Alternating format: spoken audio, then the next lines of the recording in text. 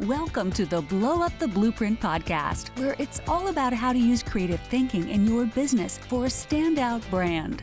With your host, Joe Gifford.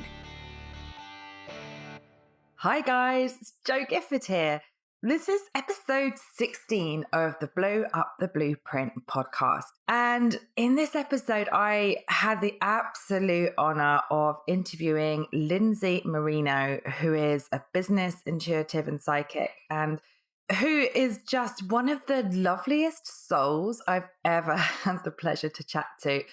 We go through a load of stuff in this chat, which I know you guys will find really interesting. And first of all, so many of you gave such glowing feedback for episode 15, which was the episode with Seema and Peter, and how they talked about flow and how we bounced around with how that affects creative thinking and productivity. And this episode very much builds on episode 15 because we're talking about flow and intuition and creativity. It's quite woo, guys. It's quite out there. So if you're not as out there as some other people that you might know in your life, I would still urge you to give this a go, because essentially, finding your flow allows you to have those creative moments, which is also when intuition can strike, which gives you that extra edge in your business in a way that is non-scientific, but certainly has a strong part to play in running a business in a way that feels good to you. This episode has laughter, it has tears. I think I managed to cry on every interview that I did that day, because I actually did 3 interviews that day, one with Lindsay and 2 others, which will be the next 2 episodes, which follow after this one. And just talking with amazing people can have that effect on you sometimes. So I would certainly urge you guys to tune into this, to say hi to Lindsay, and also to feed back to me on Facebook or on Instagram or via email on joe@joegifford.co, how you found this episode, what takeaways you had, and how it helps you to blow up the blueprint. So thank you so much for being here. As always, if you found this episode useful, please share it with someone else. Please spread the word of the Blow Up the Blueprint podcast and movement. We are here to do things in a way that colors outside the lines and that brings creativity into the way we live and do business. So on with the show. Okay, everyone, welcome back to the Blow Up the Blueprint podcast. I'm delighted to have my gorgeous guest today. Good morning, Lindsey Marino. Good morning. I'm saying good morning because for you, it's epically early. Yes, it's 7. I haven't got up like this since I was a teacher, but it's a good thing to do. But the fact that you showed up to talk to us at 7 a.m., have you had your coffees yet? Have you had any? No, I haven't actually, but I love being with you, and your energy is amazing. It wakes me up, which is good. Oh, well, that means the world. So, Lindsay, tell my gorgeous peeps all about who you are and what you do. Okay, so I am an intuitive, some may say psychic, same thing to me, medium, and someone that is very, very open to the other side. I teach people how to tap into their intuition for their life, for their business, and I also teach people how to connect with those that have passed. Amazing. Now, I am wide open to this stuff, and I think that most of my audience is. So delve into a little bit more, if you can, just about how that works. So in life and business, we want to tap into intuition, and I'm going to come on to with you soon how that relates with our creative thinking. But, how does that work? What does that look like? Okay. So for me, when I'm using my intuition, it's a flow, really, because if you're using your creativity, whether you're coloring at a picture, you're painting, you're dancing, which is something that I don't do well. I don't do it well either, but I still do it. Yes. So if you do those types of things, you are using a certain part of your brain where you're almost like in a daydream-like state. So you're not really thinking about what you're doing. You're enjoying what you're doing. You're in the flow. And that's when ideas start to pop in without you trying to control them. And when we use our intuition, that's exactly what's happening. So a lot of the time I tell my clients, whether they're business clients or they're more of a mediumship client where I'm teaching them how to tap into those that have passed, I say to allow yourself to go there in a daydream-like state. It's almost like you're on autopilot. So, do you have a really good example of this actually? And because obviously what I teach as well is about creating that space in your day as a regular habit. And I want to come back to that with you in a moment. But I was doing a really boring task last night, Lindsay. I was doing the washing up and in that zone of kind of putting all the dishes away, and a blog post arrived arrives in my head fully formed.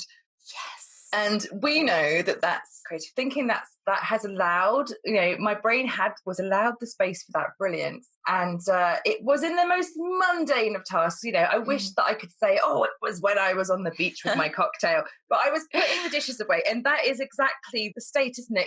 I knew that I had to turn off the podcasts and radio and the music. I knew that my brain needed some space in that moment after quite a busy day. And then it said, thank you for giving me the space, Jo. Here's something that you might find fun. Yes. Oh my gosh, I'm so glad that you brought that story up, because that's normally when it happens to me. I'll be blow drying my hair or brushing my teeth, washing the dishes, and I'm not even trying to think about anything. And that's the thing. When we don't try to get the information, that's when it floats in. It is just like a floating thought. Yes. Okay. So I believe, which I know that you probably do as well, I'm sure, that often those ideas are messages. They are intuitive hits. What about people who are hardliners, who are like, what's that got to do with business? Why would I want to use intuition in my business, Lindsay? Yes. So I have people, whether they're coming to book a reading with me, there's people that have very successful businesses that want that extra confirmation. And they have very successful ones where, they're making $1 million, but there's a project that they have that they're trying to get information about. So they'll call me, and I always say, don't tell me any information. When they call me, I start getting information that comes through. And what they say is, I knew this all along. This is confirmation for me. And I had an intuitive nudge, but I was afraid to trust it, or I wasn't quite sure. I didn't want to make the wrong decision. And what it comes back to is that feeling in your heart when you are doing business things. The majority of the time, if you've had success in your business, it is intuition. It's all intuition, the way that it comes in. So I would say that it really, literally will change your business in a matter of moments once you're aware that you're using your intuition, because you're going to start to recognize it's not as hard as you think. Business isn't as hard as you think when you do pay attention to those intuitive nudges, because really we're being guided, whether we can see it or not, for the higher consciousness of the world. So for us humans, having the egos that it's part of our human life, we want to do business well. We want to help people. We want to get money at the same time. And when we tap into that other energy that's around us, it becomes so powerful, but effortless. Oh, that's so beautiful.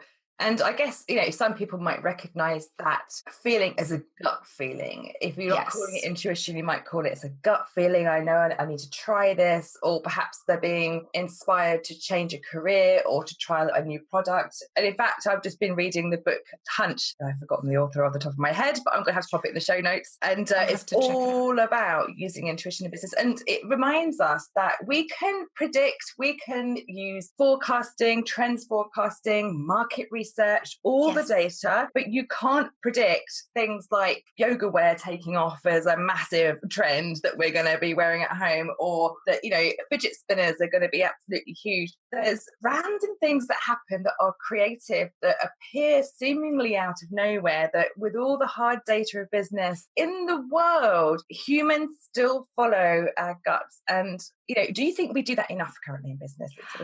It's interesting because I've noticed the people that I've been working with, they kind of appear, when you start attracting the people that are supposed to be around you because you're putting out that energy. I've now noticed there's a lot of people doing it, but they don't fully trust. It's like they're halfway there. So that's why I love teaching people about this sort of thing. Because you know what, that's been happening to me so much in the last couple of weeks. My business has been on such a big growth curve because of an intuitive hit that I knew I had to follow a slightly, not a different direction, but open up a new door. And it has been exploding, but with ease. And because I've been enjoying it, I'm in a state of flow and fun while serving my clients. And they're getting great results. I'm loving it. And then every time I even have a thought of like, oh, do you know what? I could really use some help around this area. That person will literally arrive in my diary somehow. And I'll end up on a call with them and I'll think, oh, there you are. Brilliant. Isn't that amazing?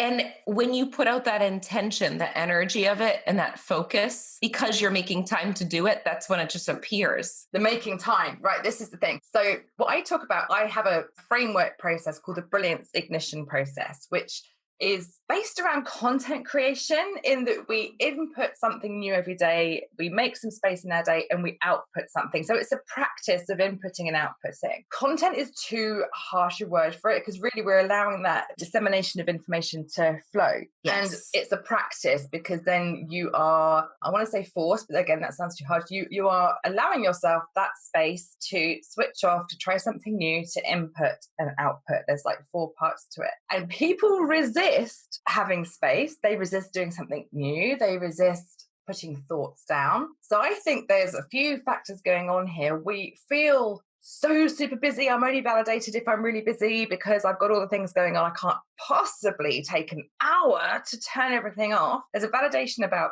business. There's a resistance to think, I think, as well, because you can Google anything. You can ask Siri. You don't have to check what the weather is outside. You can just literally ask a thing in your pocket that will tell you. So what common resistance factors do you see? Yes. So that's such a good point. I do feel as though people are afraid to be alone with their own thoughts, like you're mentioning, taking time. And I think when we are in that space, when we are afraid to be alone with our own thoughts, that's when, and I don't even like wording it like this, but that's kind of when the problems arise, where we make more work for ourselves. So there is a resistance around being alone with ourselves, feeling our own feelings, trusting us 100%, feeling like we have to figure it out, when really it's just setting that intention of saying, this is what I want.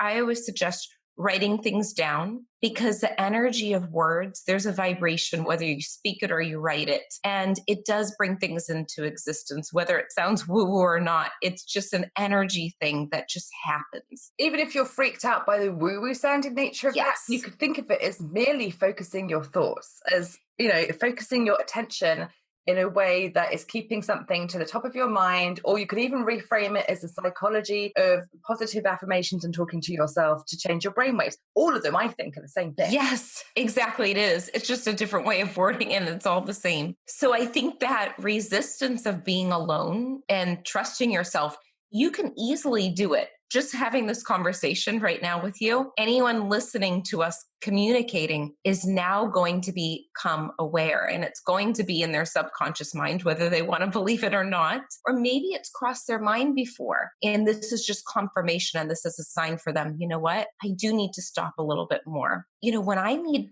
information about my business, I always make it a point to go out in nature, because nature is the highest vibration. It's our natural state, because we're made up of a certain vibration. But to get in that frequency, and I call it, the love frequency, the love energy, we do need to bring ourselves outside of our places. So whether we live in a house, a condo, apartment, whatever it may be, do you call it a flat? We call it a flat in the UK. Yes. Yeah. So you have to kind of leave your space to go outside. That's when stuff is going to open up. But I would suggest not to go on your phone when you're outside. And I know it's tempting, but you're not going to get that intuitive information if you're sitting and scrolling through Facebook as you're outside taking your nice walk in nature. And don't then kind of Instagram story yourself being outside unplugged. It just is. Yes.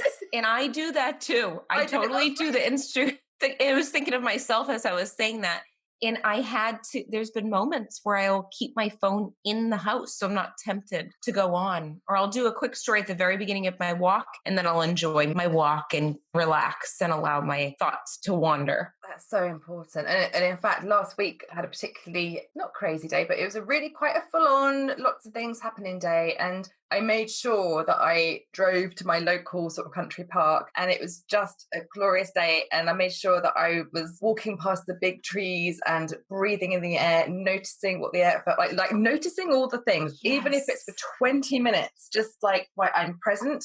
And the happiness I felt of just being connected to all this beautiful nature, especially when it's autumn or fall, as you guys call it, to be outside, like sort of crunching some leaves. And I got back in my car, sort of pumped up some tunes, sang all the way home, kept the vibration feeling amazing. And it just takes a step out of these square boxes, doesn't it, for a little while. We're not designed to be behind them all the time, are we? Yes, that's so true. I love that. And when you mentioned this, when you're taking in the moment with breathing in the air and those senses, that gets you there faster. So into that vibration, it's like really powerful to do those things. If people really knew that and really believed that if you take this 10, 15 minutes and get outside, your business will happen for you faster. Everyone will be outside all the time. The hustle is not here, is it? Exactly. The flow. Yes. I know when everyone says, okay, let's hustle and let's, do all these things and spend all these hours working, it's actually less beneficial to hustle. And I know there's times, when you're launching a program, then you do need to spend a little bit more time doing certain things, but you do have to have that space. I don't know if you've ever read the book, The Shift by Wayne Dyer, or seen the movie. I love that. And for me, I completely believe in the philosophy of us, being born. We don't have to tell our heart to beat. We don't need to tell ourselves to breathe. And it happens. It happens effortlessly for us. And he talks about being a leaf in a river. And if you try to swim upstream, it's that resistance. It's harder to do any of that. But when you float on your back, it just flows perfectly and effortlessly. And I think it's so beautiful and telling that those moments, if you think back in your business, when the moments actually worked well and you used less energy, it was when you weren't, and I'm putting in quotes, trying so hard. It was more doing what you love and being on that frequency when things started to appear. And I make a point, Lindsay, of making sure that I have time in my week, even if it's not every day, to get my paints out or to play my violin or to really get my dance groove on, to like stuff that puts me in that flow. It might be cooking a meal with like some chilled music or whatever. All these things I know that are in my toolkit that allow me to reach that state. A, I love it and time passes in a beautiful way. B, I know I'm going to be able to serve my clients and serve my family much better if I'm that Joe as opposed to the head down, hustled, kind of over caffeinated. Yes. And it's a gift not only to our clients but to ourselves, isn't it? Yes. So what is the cost of not listening to your intuition in business? How does that look? That's such a good question. I would say the cost of that would be, when I think of it, not using my intuition, I don't even know what my business would look like. I think I would still be teaching third grade if I was not using my intuition. Now, I want to follow that one then. So how did you go from teaching to this amazing business? Okay, so I always thought that I was going to retire as a teacher. I'm from Boston. I moved to Tampa, Florida in the US, and I came down to go to college at the University of Tampa, was excited about teaching in an inner city school with kids that it didn't have much at home. And I felt very drawn to it. I absolutely loved it. My second day of teaching, something shifted in my life that changed my whole entire future. And that was Nick passing away, who was someone I had planned on marrying. He was in a motorcycle accident.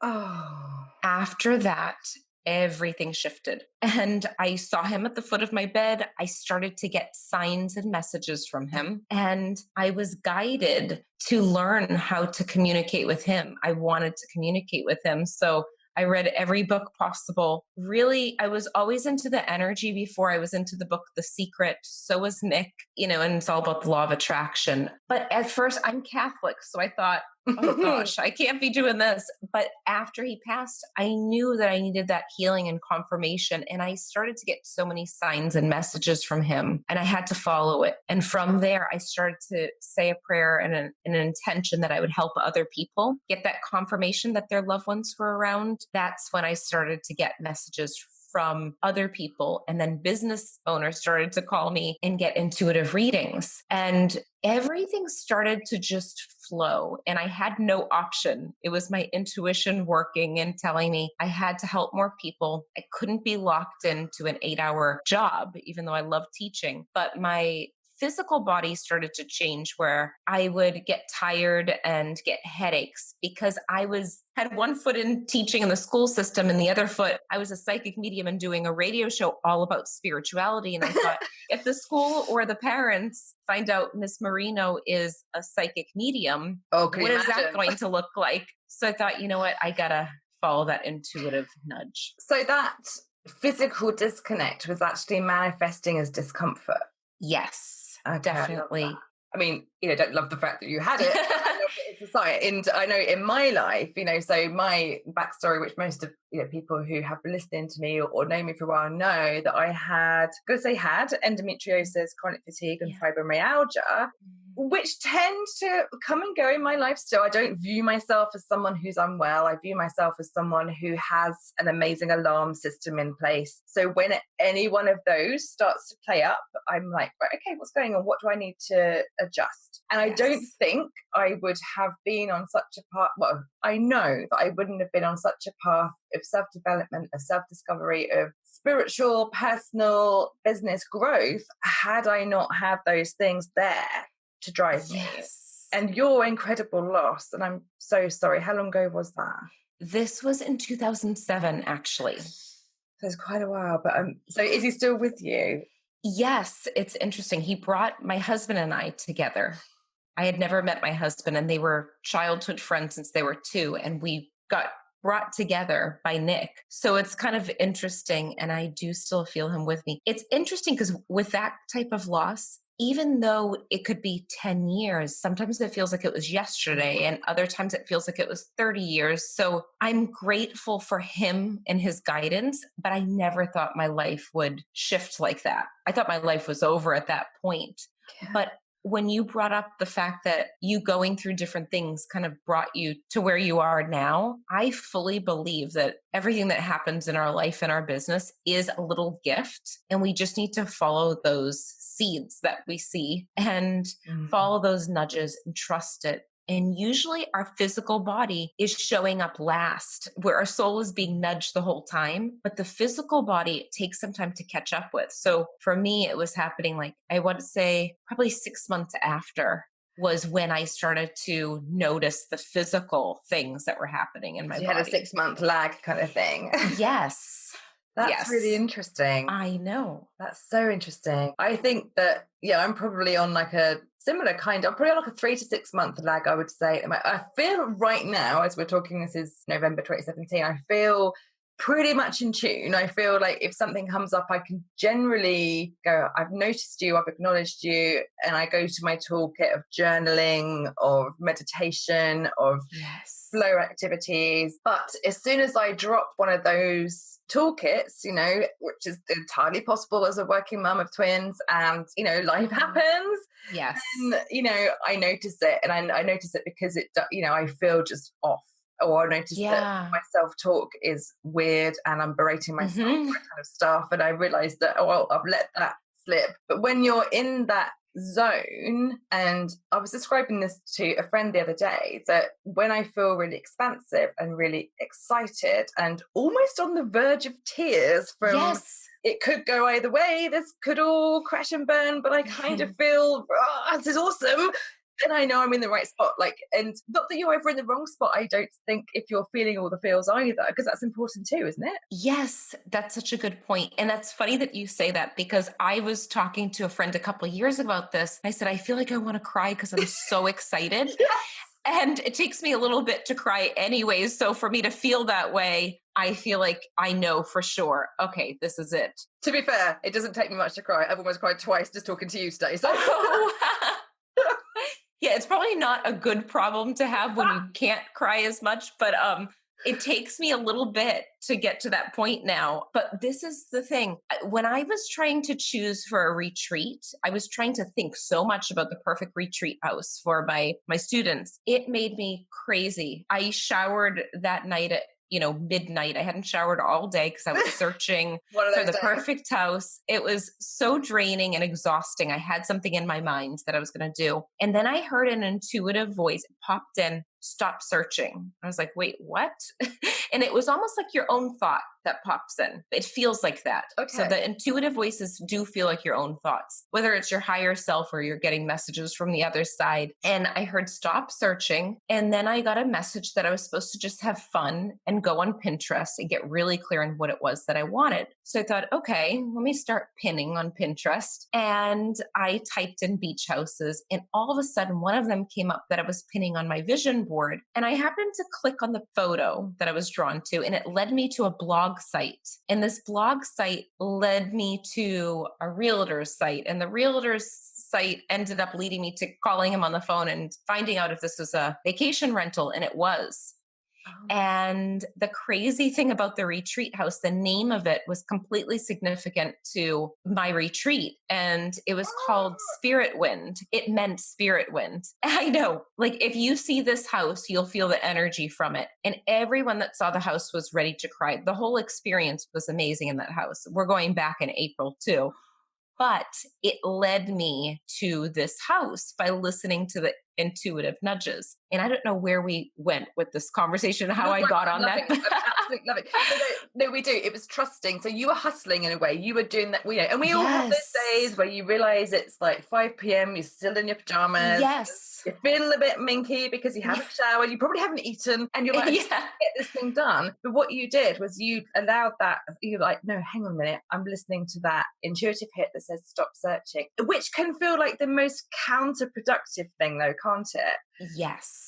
So in fact, I think on the last podcast with Seema and Peter, who are flow artists, and we've spoken about this, I talked about one of the things I do if I notice that I'm really struggling with getting something done is I'll say to myself, fine, have the day off. Because if you have the day off in your head, then I undoubtedly get my best work done. And I'll go out on the bicycle and I'll kind of bump between some cafes, I'll take in the scenery. And I think we talked about your 500% more productive if you're in a flow state anyway. So allowing yourself that time to step away from it all is scientifically proven now to be more productive anyway. Plus, you're allowing, whether we call them creative ideas or intuitive hits, we think they're the same, to come. Like, it's working smarter to the max though, isn't it? Yes, it seriously is. And it's funny, I'll sometimes bring, the majority of the time, I'll bring my laptop outside of my condo because I want to get in a different environment and change up the energy. So I'll go to, my husband and I have things where we'll travel to different places and we'll go to coffee shops and sit in that energy of the coffee shop. So whether we work with our laptop or we just sit there and,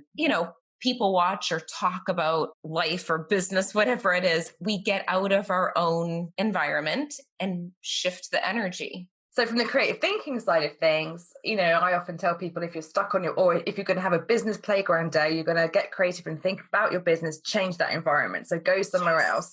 Because from a slightly woo-woo perspective, you're going to put yourself in the path of new people, new things, new experiences, but they would also trigger new ideas. And in fact, yesterday I was down my usual co-working place where, I try and switch up a little bit more, but there's, sort of 2 new humans arrived. And we had some beautiful conversations, and it led to one lady kind of saying, I've got a story to tell. Can I tell you? I was like, yes, please. I want to hear your story. It's a beautiful moment. And I knew I was meant to hear her story that day, that I was meant to enable her to tell her story. I had some beautiful conversations with people, which you don't get, especially if you're in a business and you're either managing a team or you're working on your own. You are in the same routine, the same box, but if you change up the energy, and you might feel, for example, sometimes if I'm writing some copy that I know I need to really connect with people, I'll write it longhand in a notebook somewhere away from all of the screens, because that allows that flow process as well, doesn't it? You can intuit, you can download. So you might want to get creative around your processes. You might want to think about your environment. You might want to think about just building in those moments, I guess, Lindsay, to check yourself and go, is this the best way I can be doing this? Like, should I be hustling, for this place for my retreat? Or should I just have a shower, stick some tunes on, get that intuitive hit and do it 500 times faster? Yes. And I love how you mentioned the notebook thing about writing, because actually that's how I get a lot of my content for my courses is I use automatic writing. So I'm not sure if you've heard of that. You're probably doing it anyways, but, shutting off the human side of yourself and allowing channeled information to come through and letting go and just being a vessel for the information that comes through your fingertips. I love that you said you're using that for your course content. And I often find that if I really, really connect and write something for people, whether it's an email or a Facebook post, those ones are the ones that get the shares, the retweets, the, oh my God, you've seen this, the, oh my goodness, it's you in your power, isn't it? Because you have taken that moment to just really connect with your energy and to what people need to hear right now. And like I say, last night, that blog post arrived in my head fully formed. informed, irritatingly at about 10 o'clock at night. But I was like, okay, I've got to longhand this and I'll come back to it tomorrow. So I know I've output it, had a method of output. But you are doing yourself and people around you a disservice if you don't allow those things to come through, aren't you? Yes, totally. And, people want to make an impact in their lives and in business, but you do that by working less, doing less. Yes, which is amazing. It's such an amazing thing. And the main thing that I will say, one thing that I've been thinking about while we were talking is I notice with business owners, myself and other business owners, that the times that we do things to try to help other people when we don't want to do it and we're not excited about it, it slows down different parts of the business. So only do the things that actually really get you excited. Once I stopped doing that, was powerful. It really is, isn't it? Once you set those boundaries and step into your own leadership of leading your life, leading your business, and saying with power and intention, thank you, but no. Even if you said yes first and you reflect and think, as a notorious people pleaser since childhood, this has been a massive learning curve for me. It's been a big thing around, right, okay, it's okay to reflect, to come back and say no with grace and gratitude and love. It empowers that person, it empowers you, and things grow so much faster, don't they? Yes. And you make so much more room for amazing things to come in that you love. And you say no to the things that you're not really feeling. Which you can set all the goals in the world, can't you? But if you are not allowing space for those changes to happen, you aren't going to reach them. And also, I think if you set a goal, you become attached to how that looks in your head, don't you? Yes, that's true. But that's if you set an intention, if you set hey, this would be awesome to happen, drop attachment to it, drop how you think it can plan out, and let your intuitive process and creativity take over, you have a whole different game. Exactly. It's funny because I was interviewed for this yoga program.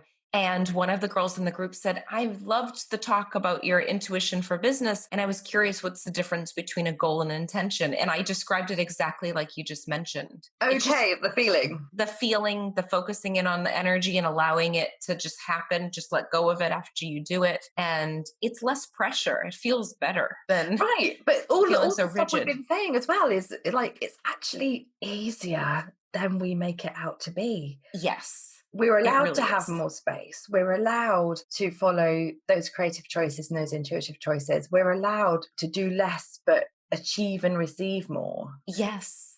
And it's funny because our society does make us get used to that 9-to-5 job where we're so used to working 8 hours a day before we've come into our own business. So I think when I first started, I thought that I had to accept all clients at the times that they wanted. And I started to realize, wait a second, this is my business. And I need to figure out what days do I actually want to work? What days do I want to take the clients? And that's when things started to shift. And that's when I lived the life that I wanted instead of thinking about what other people wanted. And then they just appear at those times. Isn't that glorious? I've had a couple of moments recently in business where, with my group program, Brand Your Brilliance, we had an early morning call at 8 o'clock UK time. I was dressed in a tiara with glitter on my face and, we were fully sort of, embracing some great fun in the morning. 2 clients were on a beach in Italy. Somebody was in their bed, and we were like, because we can, because this is fun, because this excites us. We're having a great brainstorm. This is amazing. And I know that my clients know me inside and out really for who I am and who I show up in the world. And if that happens to be in a nest with my cat doing my live streaming that day, cool, because